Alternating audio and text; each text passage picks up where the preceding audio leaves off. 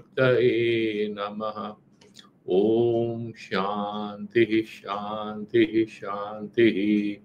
Shri Guru Pyo Namaha. Harihi Om Tat Sat.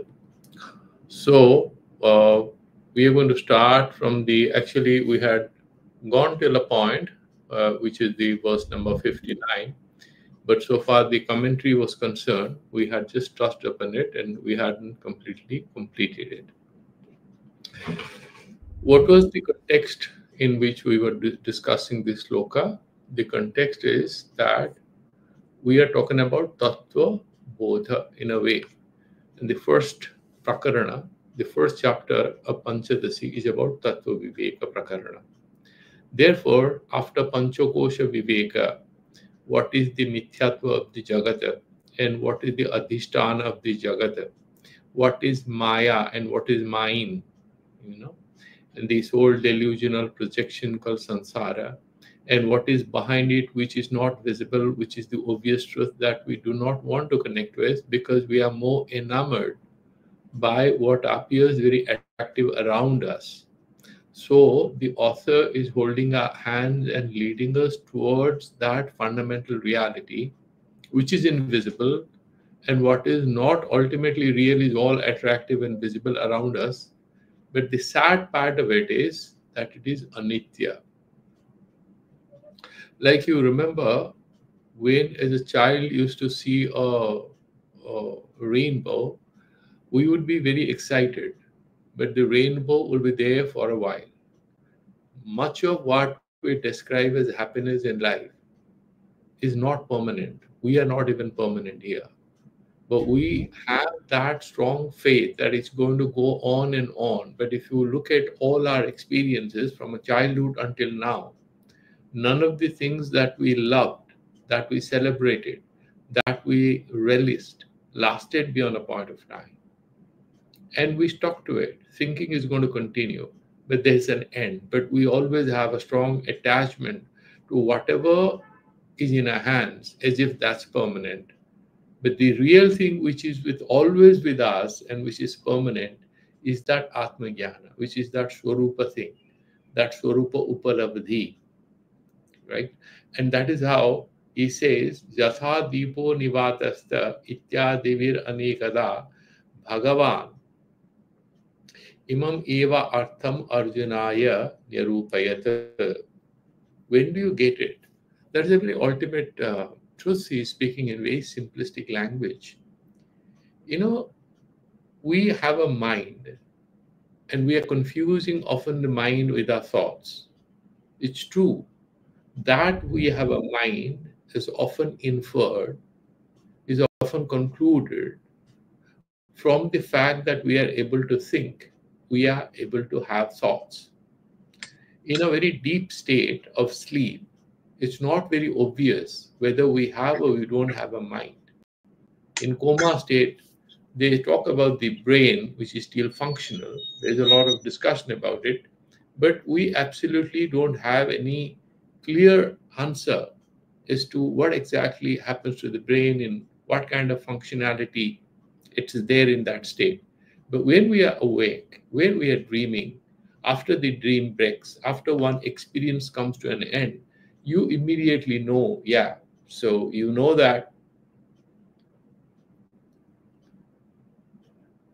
okay. So you know that you are passing through a certain experience, you are having a certain thought, all these things happen to you, isn't it? That is the nature of our human experiences.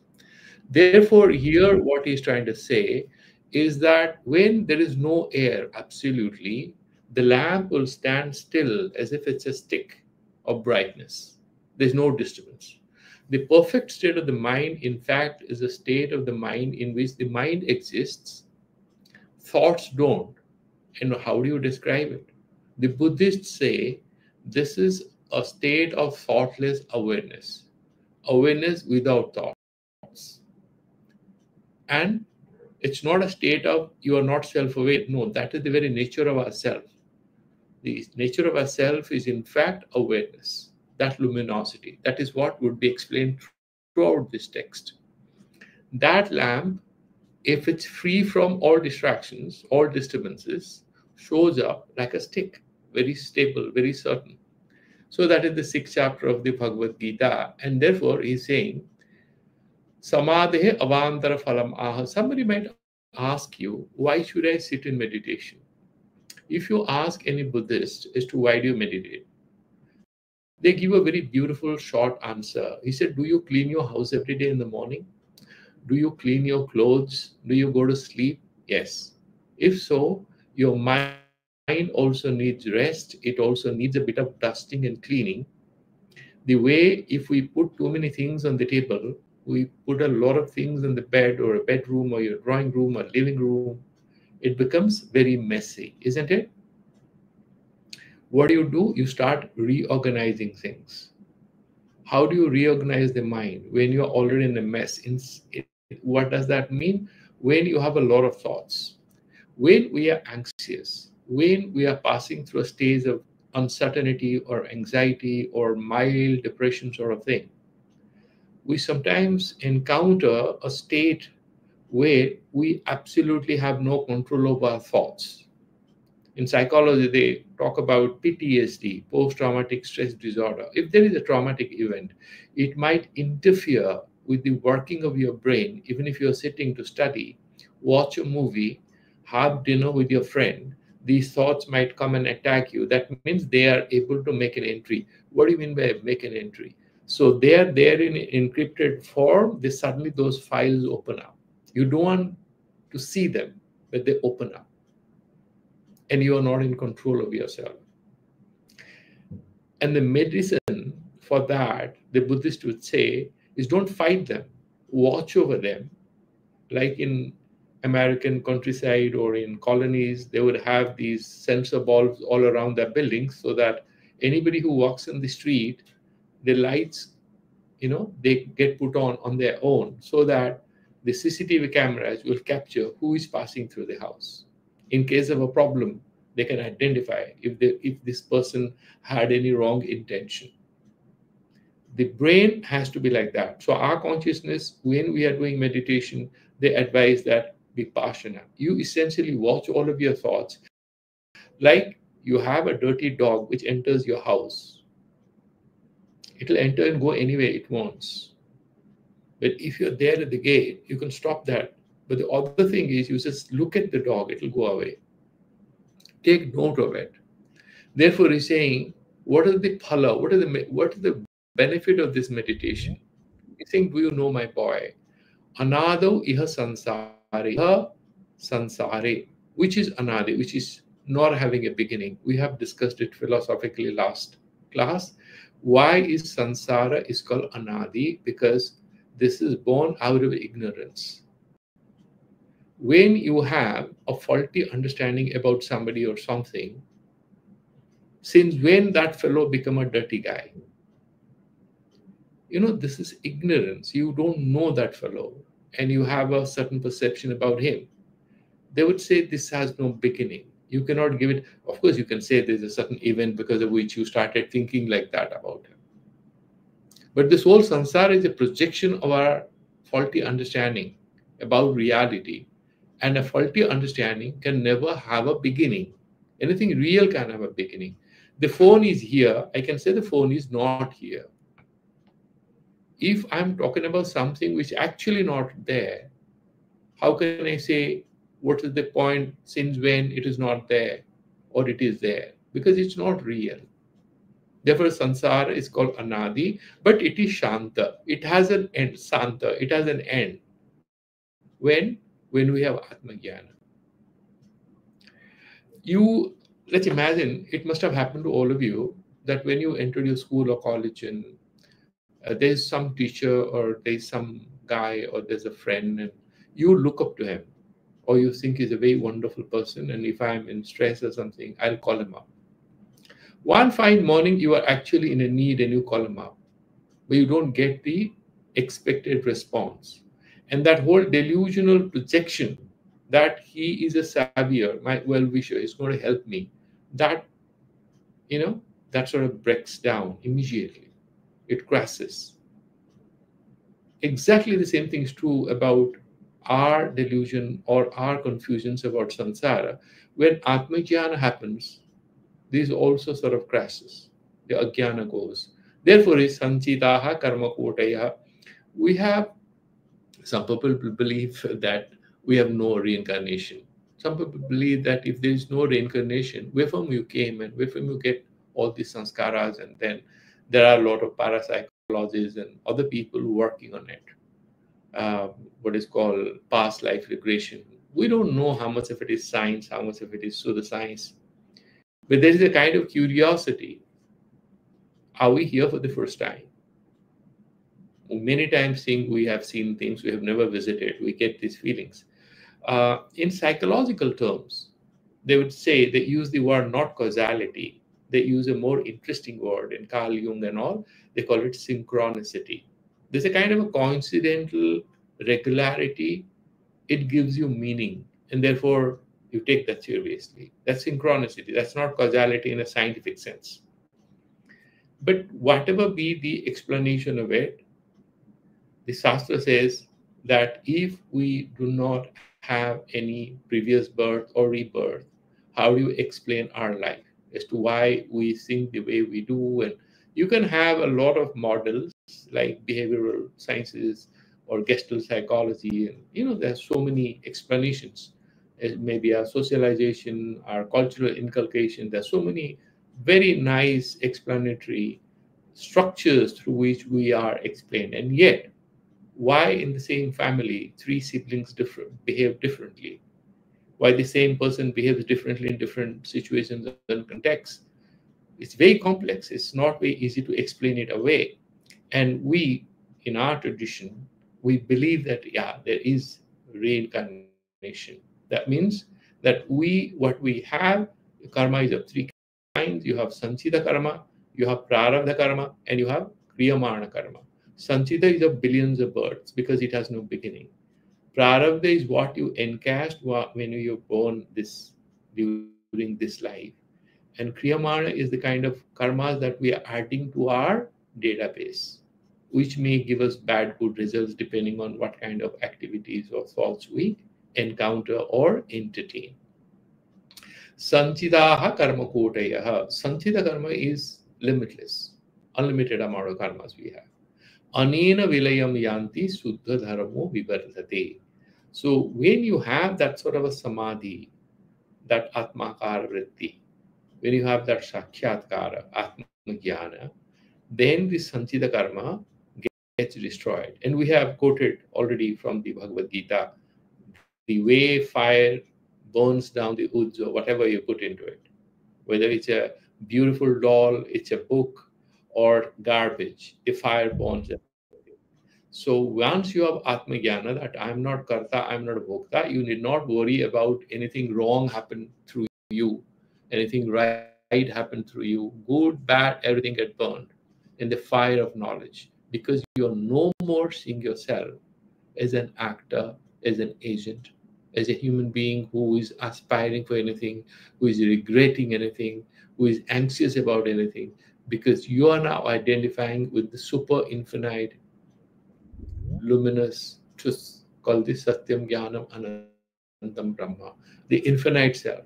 When you start understanding that I'm not a limited person, I'm a tiny reflection of that grand truth called the self. Your agonies, your fear of limitations, your uncertainties do not trouble you anymore. That is a moment of liberation. That is what is called moksha or enlightenment. So, anena vilayam yanti suddha dharmo vivardhate. You might ask a question, what do you mean by suddha dharma? Dharma means what? Punya papa. And then results good or bad. Either you'll go to Swarga or Narka, and all kinds of theological descriptions of what happens as a consequence of kind of activities that we undertake is there. So what do you mean by Suddho Dharma? So he explains here, if you look at this, Khyante Sasya Karmani Tasmin Drishti Paravare. We have read that. It is Shrutehe Jnanagni Sarva Karmani. Jnanagni will burn down all your karmas, all the Sanchita karmas. Okay. Then what he says, Suddha Dharma. Savilasa avidya nivartaka sakshatkara sadhana bhuta dharmo vivartate. Look at that sentence. It's loaded. It's beautiful. Savilasa avidya. You see, ignorance in itself is not very harmful until it starts showing its results. Sabilasa means this whole manifestation of our ignorance. You have a faulty understanding, not a problem. Till you are in a situation where you're supposed to do the right thing, you will do the wrong thing because of a faulty understanding. Savilasa avidya nivartaka. That avidya, that causal root of all our miseries, false expectations and excitements and restlessness and everything, that ajnana nivartaka, that which removes that ignorance. How does that happen? Sakshatkara sadhana bhuta. That will go only when we know ourselves, when we know the Atma, when we have Atma Jnana. And sadhana bhuta dharma. That dharma which becomes a means to that Atma Sakshatkara, that Atma Sakshatkara which will remove all our misery, that is the Suddha Dharma. Why the word Suddha? Because in a way they are hinting at the fact that all the Bhagavan also says in Bhagavad Gita, you can do all puja, dravya, yajnas. Not good enough. You have a lot of money, you can do a lot of pujas and stuff like that. Better if you can actually focus on your mantras and meditate.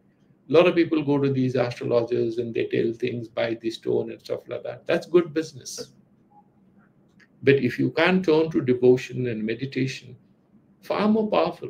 Whatever is subtler is always powerful. That's far more powerful. And that Suddha Dharma is most powerful. Why? Because it is the key to enter into that realm of self-enlightenment. And what is that key? Is saying that particular state of awareness which is enabling you to flush out all the impurities, all attachments, that kind of a state of mind, that kind of a state of being, that kind of achara, whatever you do, your activities, your meditations, everything, kaya, chika, manashika, that Shuddha Dharma, that means Uttara Uttara Pragati. You would be enhancing your possibilities for Atma Sakshatkara. Then he's saying, Tatra King Pramanam Ityataha. Somebody might ask this question, where did you get all these ideas? You know, a lot of these TV debates, if you're watching, they give no reason as to why they talk the way they do. They just make assertions. These are polemical or political statements or ideological remarks. But if you ask, where did you get it? They will have to give some evidence. But generally they don't. If a person is a little good as a scholar, he'll say, yeah, I'm saying this. This is a position taken in this school of thought or philosophy, or this is the evidence that I'm giving. Okay, some research has been done. You have to give some evidence. So he's now quoting, Dharma meghamimam prahu samadhim yoga vittamaha varsatye yato dharma mritadharaha sahasrasaha. There is a state called Dharma Megha Samadhi. This particular idea is being taken from the Yoga Sutras of Patanjali. You might turn around and say that, sir, we are discussing Vedanta. Why are you bringing Yoga Sutras? That's a different path. Yoga Sutra is largely premised on the epistemological and metaphysical framework of Sankhya Darshan. Vedanta is different. They say Prakriti and Purusha are always parallel to each other. You're saying Prakriti is all the time connected with Purusha here. They are not two things. They admit multiplicity of Purushas. All human beings are separate consciousness. You say we have one grand consciousness split into million parts or billion parts. As if we are different, but we are one.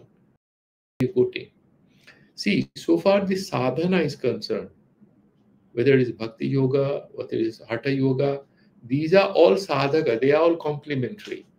Patanjali Yoga Sutra is not absolutely in conflict with the conclusions of Vedanta. Patanjali Yoga Sutra is in fact highly rated. Many of the ideas of Sankhya are, the different schools of thought in Indian philosophy don't see each other as enemies. They in fact borrow ideas from each other. And that's one of the reasons why the tradition overall is so eclectic. They borrow from each other. It's like a rural hamlet, you don't have rice, your neighbor has rice, you have dal, you make dal, you give them dal to someone, they give you some rice, vegetable comes from somewhere, you have a party. So all these schools of philosophy, if you watch, they are borrowing. Vedantic scholars heavily borrow logical style, when to argue, put forth an argument from the Nayayikas. They take a lot of metaphysical conclusions from the Sankhyas. When it comes to sadhana, the means to achieve that equanimity, they heavily borrow from the Patanjali Yoga Sutras. So there is no conflict. In fact, the Vedantis also, you might see that there is a lot of kind of a parallel equivalence, or you can say that there is some kind of a similarity in the positions taken by the Mula Madhyamika Buddhists and the Vedantis. A lot of similarities. So they're sort of talking to each other in different ways. What is this Dharma Megha Samadhi? Because he said that Suddha Dharma. What is that Suddha Dharma? He's elaborating in this. Dharma Megham Imam Prahu. This Suddha Dharma is referred to as Dharma Megha. Who? Imam Dharma Megha Samadhim iti Prahu. Who? This is called Dharma Megha Samadhi. Who told you this? Yoga Vittamaha, the experts in the yogic sciences. Who else other than Patanjali who wrote the Yoga Sutras? By the way, Patanjali was also the greatest grammarian who wrote the Bhashya and the Panini Sutras. Okay, so there's a lot of debate whether we have two Patanjalis or one Patanjali, but we are not entering into that. We're talking about the erudite sutras, the mentioned in the Patanjali Yoga Sutras. So what is that Yoga Sutra? The Yoga Sutra is exactly like this.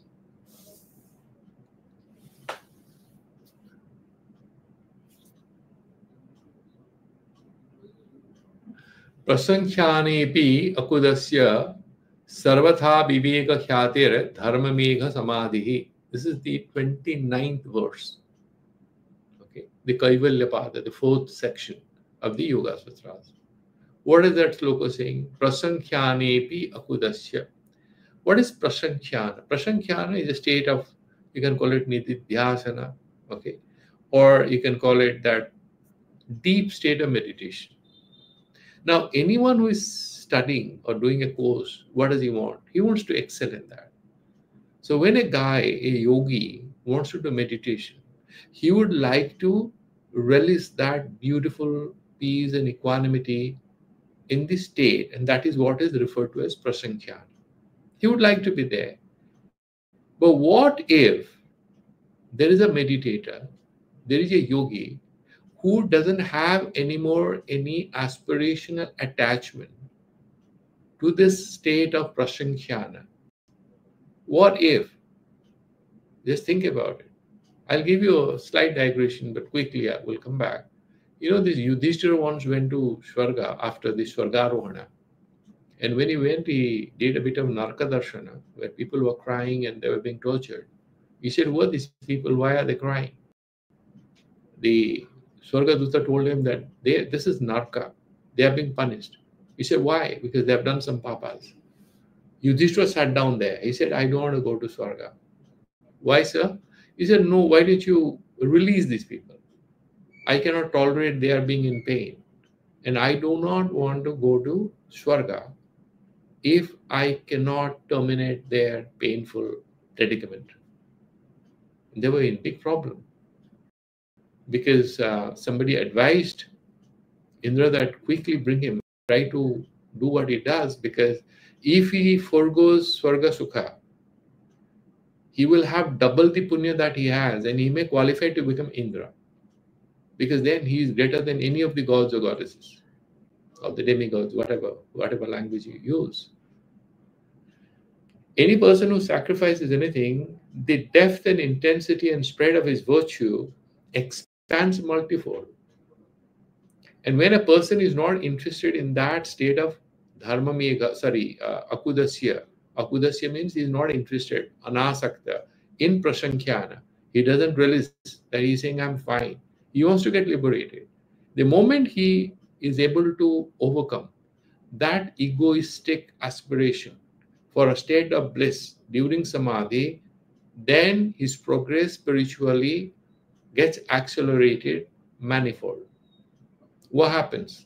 He's saying, Sarvatha Viveka Khyate, because that fellow all the time is able to distinguish between Purusha and Prakriti, and he thinks that my aspiration, even for Prashankyana, is a game of Prakriti. There's some kind of impurity in my thought, some tightness. Why should I release it? I want complete liberation. The moment that Viveka Khyati gets perfected, then what happens? Dharma Mega Samadhi. He enters into a new zone called Dharma Mega Samadhi. What is Dharma Mega? This is a beautiful thing. That state of meditation where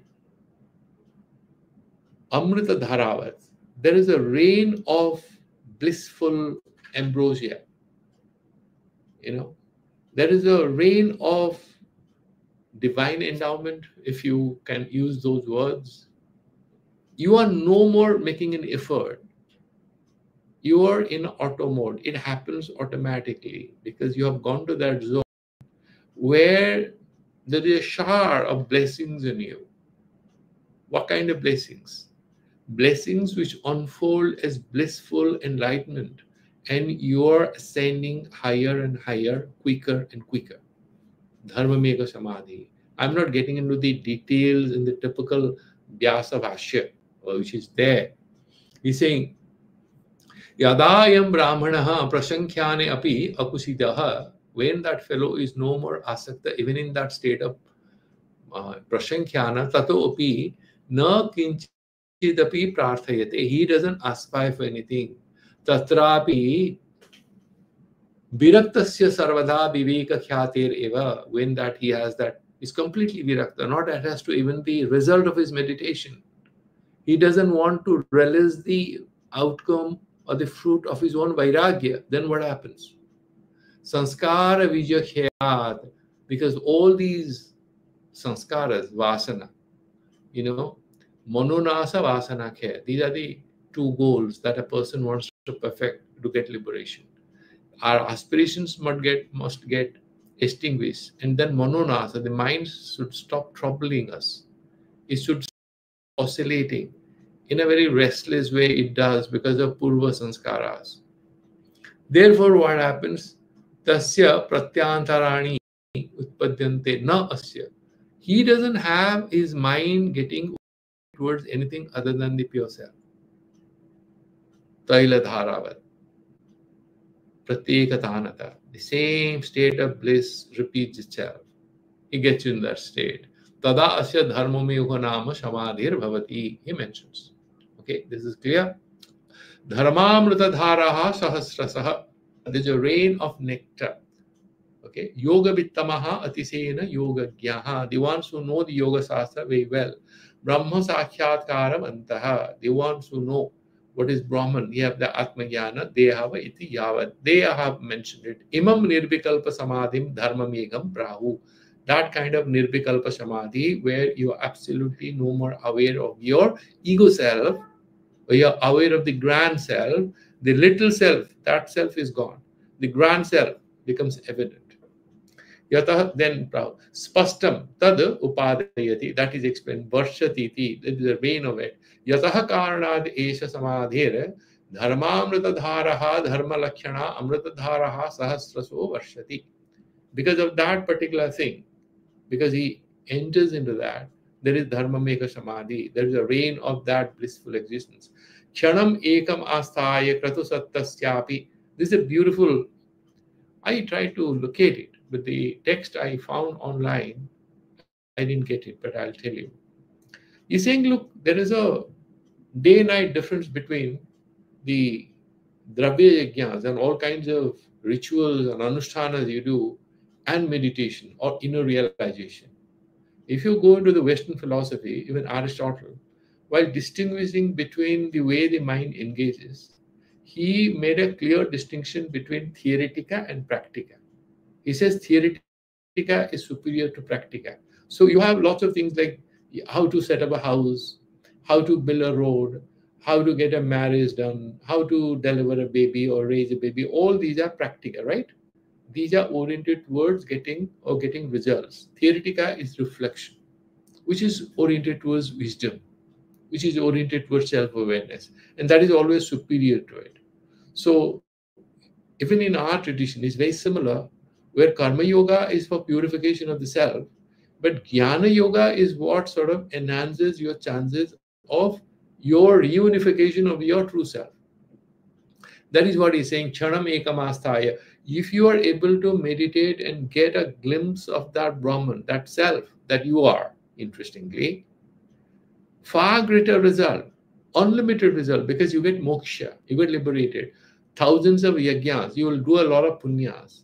And there is a flip side to it. They say that if you do papa, you can do prayashchita. But if you do a lot of punyas, there is a ego self still active, that's sattvic ego self. Then you know what happens? Then you would be born and again and again and again in good houses and good parents and good universities. Then what happens? The moment we are born, because of the very earthly nature of our existence, there'll be a few mistakes made and there'll be some papas committed. So we have to come back. So Punya Papa, both. There's a beautiful book by Friedrich Nietzsche, Beyond Good and Evil. The Vedanta thing sort of talks about the state which is much beyond both good and evil. It's a state of that self-luminous awareness. Therefore, he's saying, Ataha dharma mega prahu purvena anmayaha. So we are not anyway going there. Because what happens is all these yajnas and all anitya faladayakaha. Anitya faladayaka means what? Whatever they give will last a while. But Atmajnana is going to stay, because that's what is all the time going to liberate us. And then what happens? Idanim samadhe prayojanamaha. Why should I get into the samadhi? What is the prayojana? What is the need? What is the rationale for it? Then he explains in the verse number 61. Amuna vasana jale nishesam prabilapite samulon mulite punya papa ke karma sanchay. You have that sanchita karma, right? And you have prarabdha karma. Prarabdha karma cannot be destroyed. Why? No, you have already encashed it. You are only seeing the results. Prarabdha karma has been encashed. Sanchita karma, you cannot terminate Sanchita karma. Janma koti sateiravi. Billions of times you may come here. You will be adding new karmas. Therefore, Sanchita karma cannot be terminated except through Atmajnana. So, Punya karma is good. Do Punya karma. By doing good, you're not going to get liberated. There is a state which is beyond doing good. So, you do good to remove the bad darknesses in your personality, in your mind, or everything. You have a sense of luminosity. Then you say, enough is enough. Then you turn to the self. Like Hastamalaga says, Ghanachanna drishtihi ghanachanna arka. The person who is liberated thinks I'm bound up, I'm imprisoned. Because the way when our eyes are clouded or you're wearing dark goggles, you look at the sun, it looks darker, isn't it? You think, because of clouds, you think the sun is nisprabha. It's not very bright today. Similarly, we who are by nature Nitya Suddha Buddha Mukta Swabhava, we think we are in a cage called Sansara, and we are being pulled from all sides. Therefore, he's saying, Amuna Vasana Jale Nishesham Pravilapite. You want to come out of it? The first condition is that you have to liberate yourself from the net of lot of temptations and desires and proclivities and inclinations and affiliations and relations. Why is it compared to the net? You remember the story we read, right? That Panchatantra story, that birds were there and then there was a bird catcher and he came, a hunter, he put a net, he spread some food grains and put a net on it, and these birds went and sat on it. They started eating the food grains, then got caught up in that net. Then the old one said, let's go, I have a friend. And then they flew there, and he was a rat who cut the net. Do you know who is that rat? He is that Vedanta teacher. The rat cuts that net, who's a friend of that old bird amongst all these young, excited ones who went, let's go, there is food to eat, and they got trapped. He said, I have a friend who can help you. And he took them to a Deshika who gives you direction, and he cut their net. Then they flew away. Then he realized it's important to have a useful friend. A useful friend is one who tells you the truth, who tells you sometimes hard things. A guy who tells you all sweet things, let me tell you, may not be your best friend. The person who is able to tell you the truth, he is not necessarily in a position to tell you sweet things all the time. Of course, he should know how to communicate. That doesn't mean that he'll not tell you the truth. But a true friend, if you're going in a wrong direction, he'll just tell you, sorry, you're not going in the right direction. Similarly, the Upanishads, they tell you sansara is all delusional. We shouldn't get frightened or depressed because they are essentially trying to help us. Amuna vasana jale nishesham pravilapite. If you can actually exhume, destroy, annihilate, remove, neutralize this net of attachments, this whole entrapment, this whole cauldron in which we are trapped. How should it be uprooted? Samulo unmulite.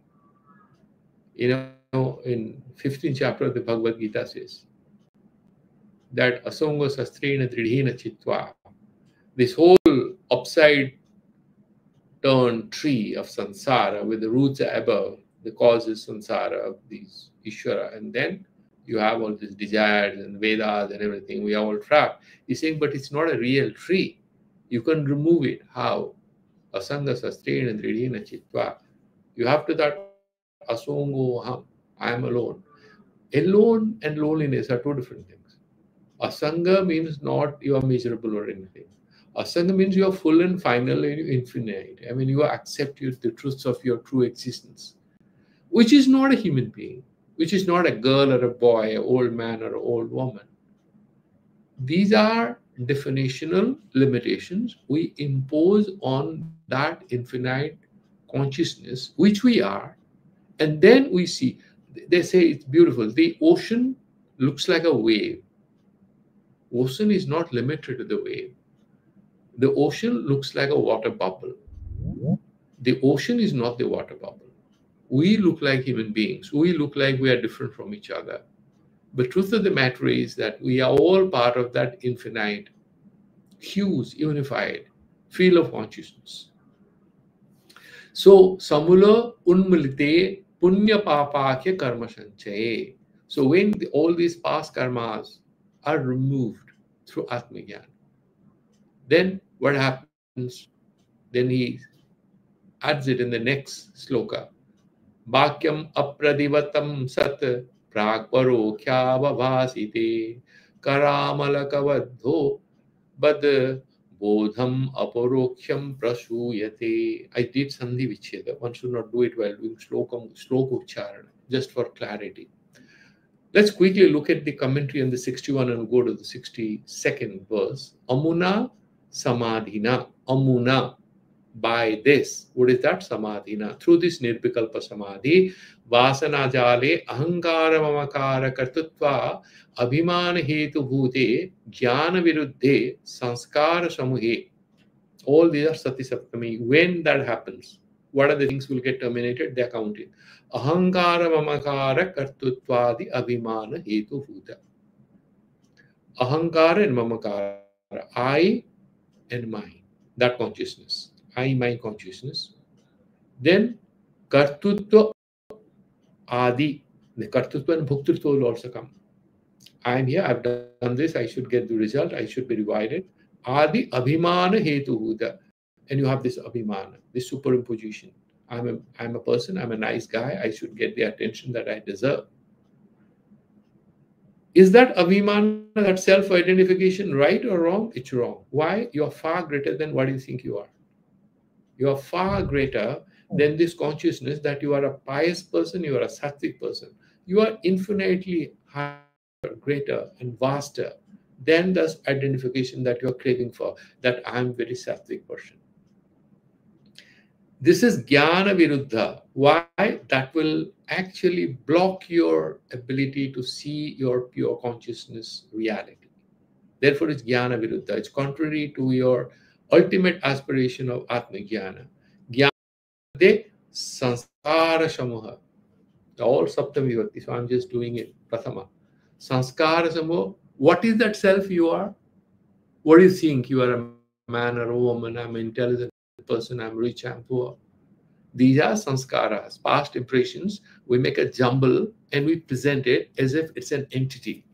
It is not an entity. It's a conglomerate of a lot of sanskaras. It's a kind of a very complex coming together of many of our memories and activities and everything. That's what. It's like who we are. We are what we have read, what we have done, whom we have met, and what we aspire for.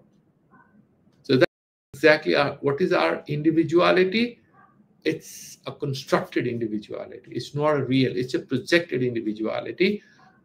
Nisheshan yatha bhavati. When this particular constructed self that we have, we are able to abandon, drop it, then what happens? Tatha, then pribilapite vinasite. When this particular paper tiger that we are attached to, we drop, we throw it away, then what happens? Punya papa kya karma sanchite samulo ulminite. Mula sahitam yatha bhavati tan unmulute udhrite vinasite iti yavate. Then all these, when we have this, then sanchita karmas, all these whole storehouse of lot of information, lot of activities, lot of data sheets of our papas and punyas, they get erased. What happens? It got formatted. The data, however encrypted, gets formatted when we have Atmajnana. Then what happens? There's a beautiful story. I wanted to finish this chapter, the two more slokas, and therefore digression, don't have too much time. Nachiketa went to Swarga, right? He was a little boy. And he asked this third question to Yama.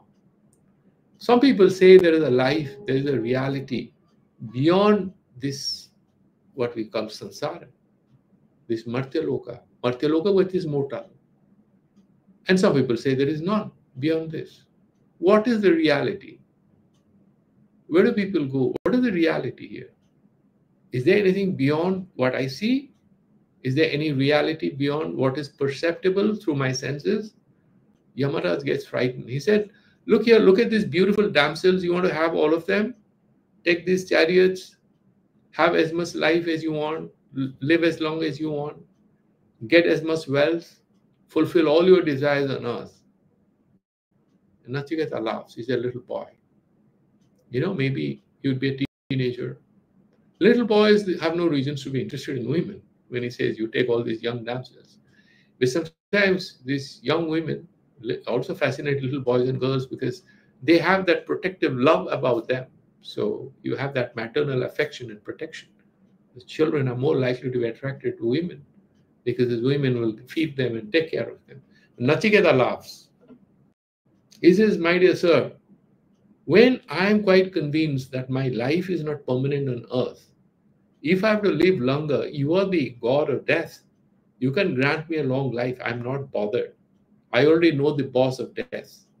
But why should I be there when I know it's all anitya? I've asked you a question. That's the secret. And Yamaraj pleads. He says, look here, even gods don't know the secret. And then you want it and you are able to forego all these aspirations people crave for? Nachiketa says, yes. And Yamaraj feels very defensive. He says, seems spiritually you are even higher than me because I did a lot of punya and I was made the king of Yamaloka. And I cannot get Atmajnana because I'm trapped here. The punya karma phala I have to enjoy. I have no escape. This is a trap.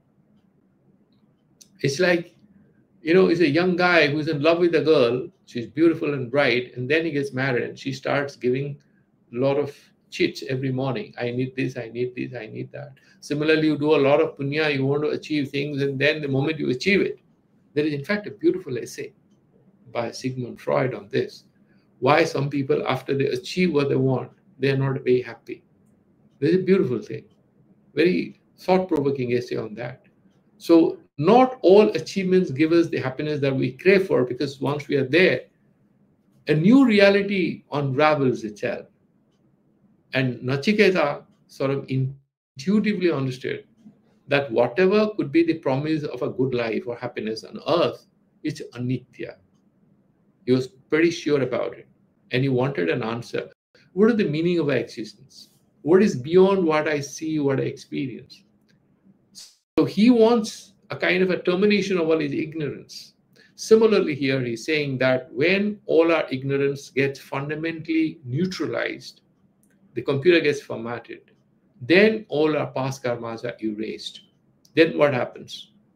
How do you reach there? Do you reach there directly or indirectly? So in the verse number 62, he says, Bhakyam apradivaddham sat prakparokhyavavasite karamalagavat bodham aparokhyam prasuyate. There are two stages. It's just two-stage liberation, two-stage spiritual enlightenment. The first thing is, ajnana is of two kinds, they say. One is asatva padaka. The other one is abhana padaka. One which prevents you from seeing the truth. The second one is what prevents you from making it your own, internalize it, and benefit from it. Brahma Satya Jagana Mithya. You read Bhagavad Gita, and then you read a bit of Vedanta. Then you know, Aham Brahmasmi, yes, Tattvamashi, Jiva Brahmaiva Naparaha, Sankaracharya says. These Brahmana, Kshatriyas, Vaishyas, Sudras, these identities are limited false identities. These are our identities, not the real identity of who we are.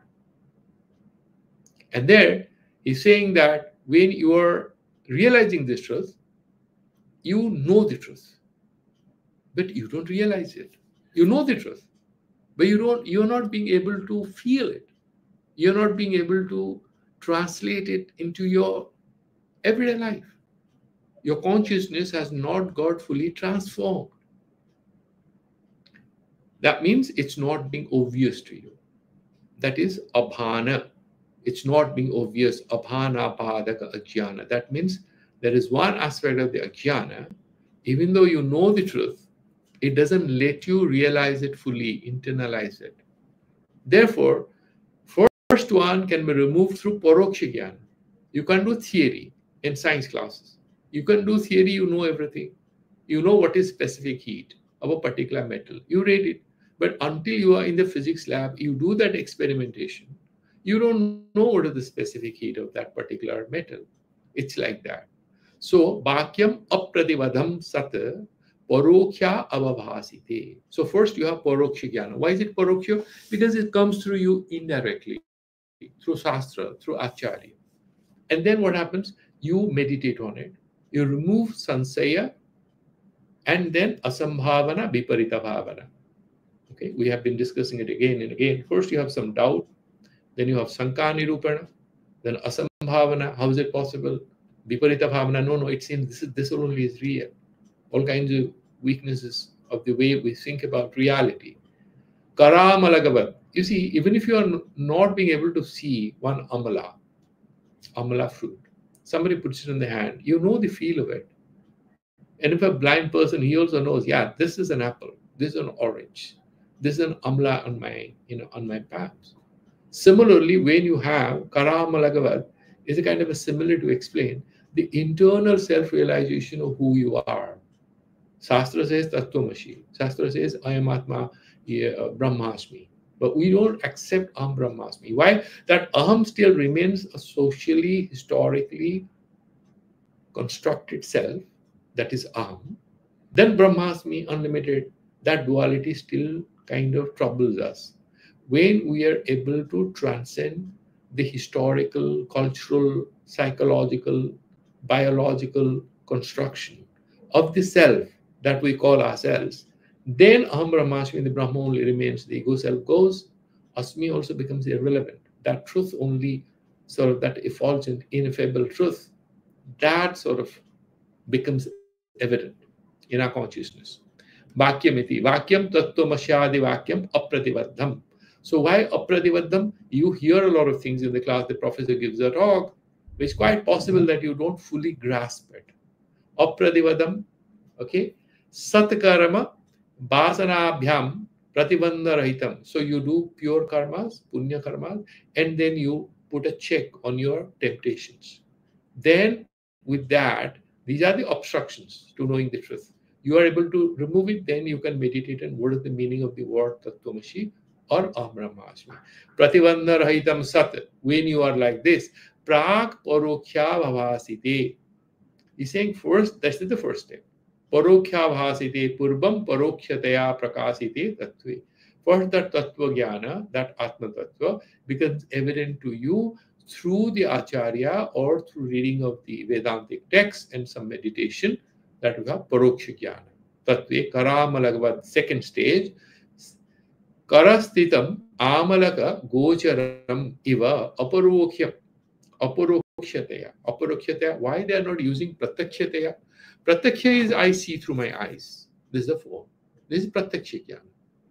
And then Delhi is the capital of India. This is paroksha jnana. I know, but then I've read. Or Antarctica is a very cold place. Paroksha jnana. Right? Then aparoksha is atma. Why? It's not vishaya jnana. It is not indriya grahya. Avang manusho gochara. It cannot be accessed through our senses. Therefore, neither paroksha yes, but neither pratyaksha, and this can be aparoksha. That's why aparoksha means a stage higher than paroksha jnana. Neither paroksha nor pratyaksha. It's aparoksha. Sakshatkara. Not through senses. Knowing intuitively, deep inside, not with the help of your mind or with your senses. Karamalagvat karastida amalaka gocharam iva aparokhyam. Aparokhyataya tattva avbhasana samartham bodham jnanam prasuyate janayati. Then it creates that self-awareness in you. Idanim paroksha jnanasya phalamaha. So what is the benefit of first going through this first stage? You write your MA dissertation or MSc dissertation. You take, what is the benefit of it? Then you can do PhD. Similarly here, parokhyam brahma vijnanam savdam desika purvakam buddhi purvakritam papam krishnam dahati bannivat. Parokhya jnana is also very important. But when you have solid parokhya jnana, it can destroy all your sanchita karma. Parokhya brahma vijnanam, when you have that through Shastra and Acharya, you are not yet Atma Jnani. Savdam Deshika Purvakam. Deshika, somebody who is showing you, is a pathfinder. Buddhi Purva Kritam Papam Krishnam Dahati Vannivat. Buddhi Purva Kritam Papam. Whatever the papas you have done, okay? And Jnana Purvakam Yatha Bhavati. Buddhi Purva Kritam. When that particular Paroksha Jnana is internalized and you fully realize it, Aparoksha stage you haven't reached, there's some dirt there. Even then, what happens? Buddhi Pramkritam Krishnam Dahati Vannivat. So, Paroksha Vanni Vijnanam Savdam Deshika Purvakam Buddhi Purvakritam Papam Krishnam Papam Dahati Vannivat. Like fire burns down everything. It burns down all your papas and punyas and everything, and you're ready for full liberation. Desika Purvakam Guru Mukhat Lavadham. Whatever is received from the Gurus, Acharya, Sotiya Brahmanishna, Savadam, Tattvamashyadi. Okay? Then Atma Jnana, whatever you are mentioning, okay? Tattvamashyadya. What is it? Ramajanya. Printing is not clear. Agamajanyam, okay. Agama is Shastra. Tattvamashyadi agamajanyam parokhya brahma vijnanam. Agama is Shruti or Agama can be Purana. Here Agama is Shastra.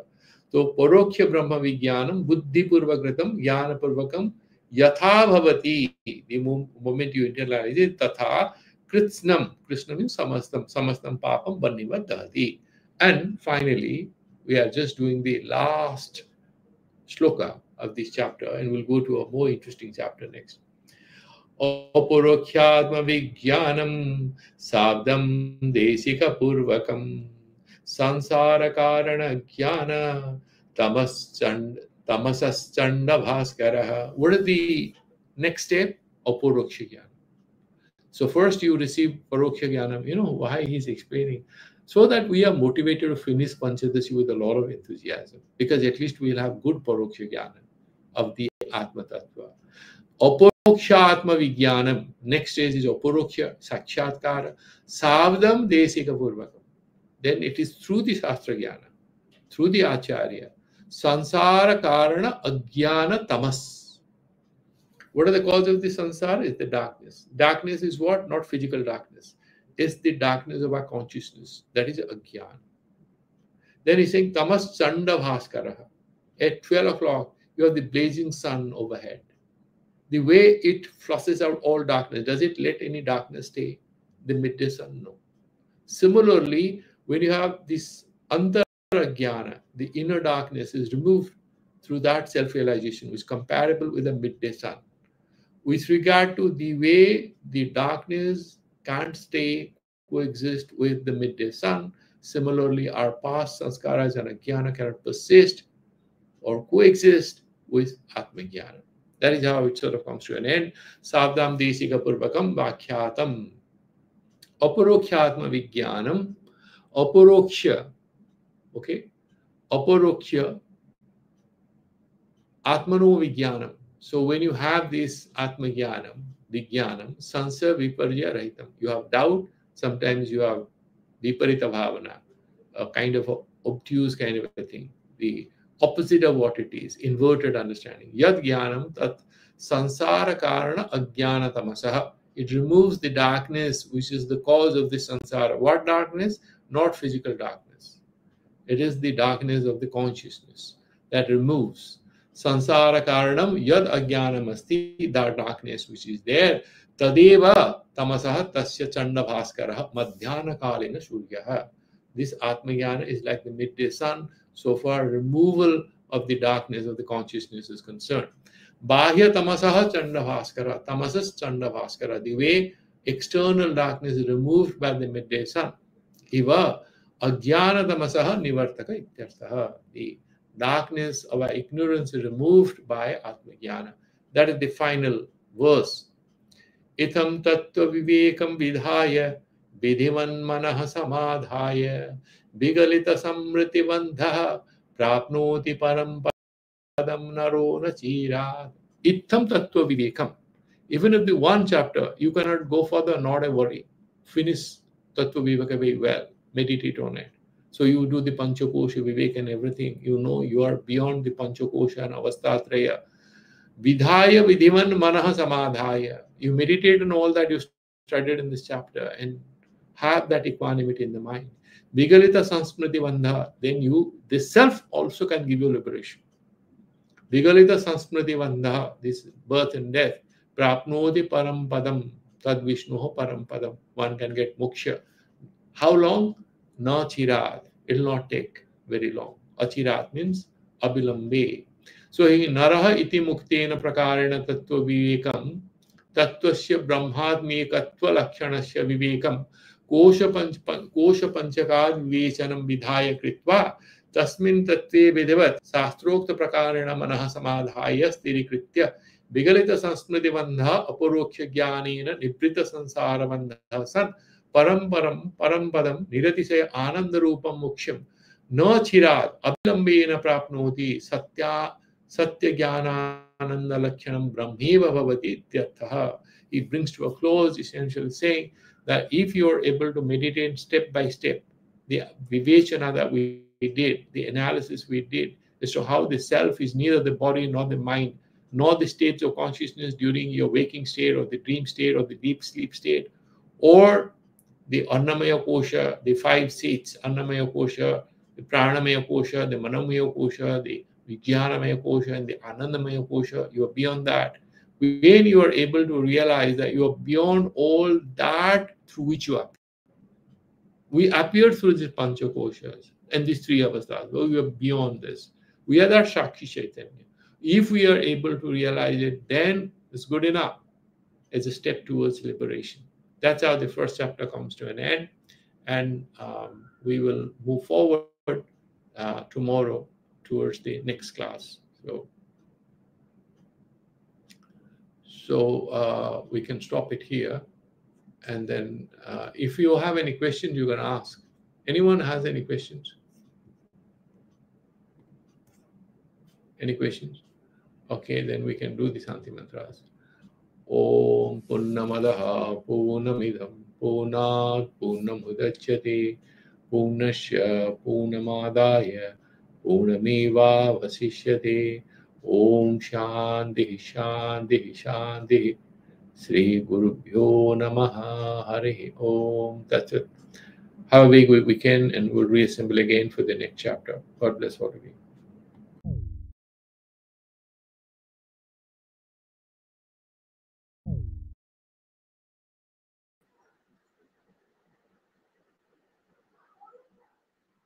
Pranam.